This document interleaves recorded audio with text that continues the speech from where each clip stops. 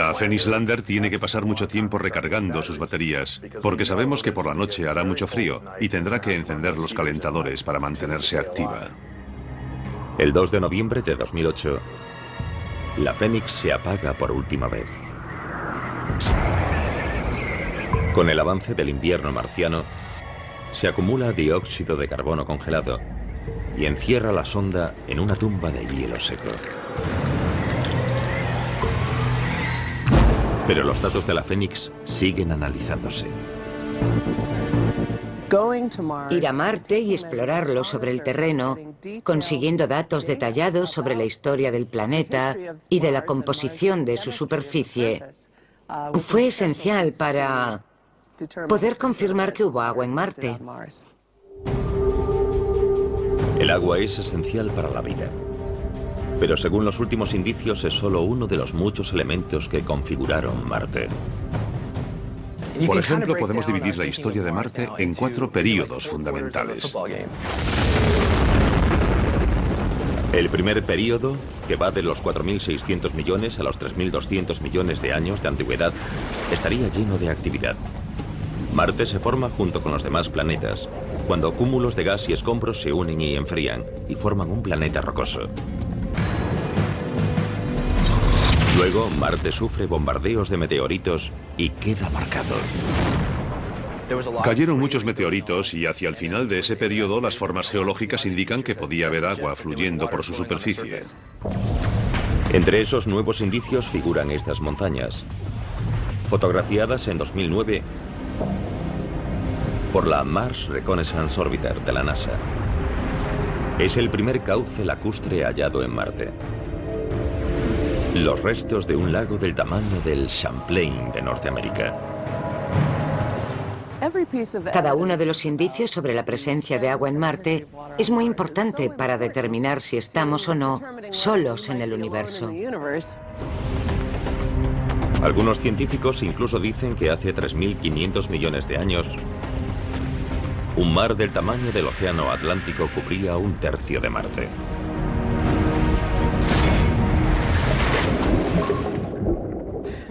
Tal vez pasado el tiempo y habiendo agua también surgió vida en Marte. Al terminar la primera etapa de la historia de Marte, la segunda empieza con violencia, cuando los volcanes remodelan el planeta. Hubo una actividad volcánica importante. El Monte Olimpo marciano es el mayor volcán del sistema solar. Así que sabemos que en el pasado hubo grandes volcanes. Marte queda cubierto de basalto negro volcánico, como el hallado alrededor de los volcanes hawaianos. Y los materiales químicos liberados por los volcanes, entre ellos azufre, se mezclaron con el agua y acidificaron el planeta, igual que la lluvia ácida en la Tierra. La atmósfera está menguando y el agua es menos abundante y menos estable en la superficie. La desaparición de la atmósfera de Marte hizo que el agua líquida ya no pudiese existir en su superficie. El agua permanece en la superficie terrestre solo debido a la presión atmosférica sobre ella. Toda el agua que hay en Marte se evapora o se congela. En la tercera fase de su historia, es probable que Marte ya se esté volviendo rojo debido al óxido de hierro de su superficie. Óxido en forma de polvo.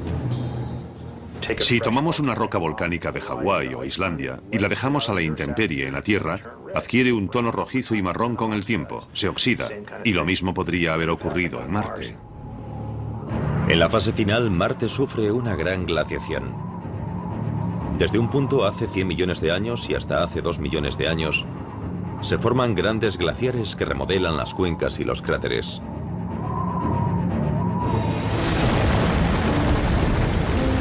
De un planeta cálido y húmedo a un mundo frío y seco. La historia de Marte resumida según los hallazgos recientes. Tenía una atmósfera más densa, agua, quizás lluvia, nieve. Tenía todos los detalles que no son familiares. Y es estupendo poder retroceder en el tiempo gracias a estas visiones y estudiar un Marte primitivo similar a la Tierra y ya desaparecido. Pero aunque todo apunta a que hubo agua en Marte, Estas imágenes de satélite tomadas en 2009 parecen mostrar algo imposible. Un flujo de agua líquida en la superficie. Podría suceder que el agua retenida bajo la superficie o helada brotase y discurriese por las paredes de esos cráteres. Uno de los momentos más emocionantes de la pasada década fue ver las fotos de esos surcos, porque desde siempre me enseñaron que era imposible que hubiese agua líquida en Marte actualmente. Pero esas fotos lo contradicen. Y resulta interesante porque quiere decir que quizás nos hayamos equivocado.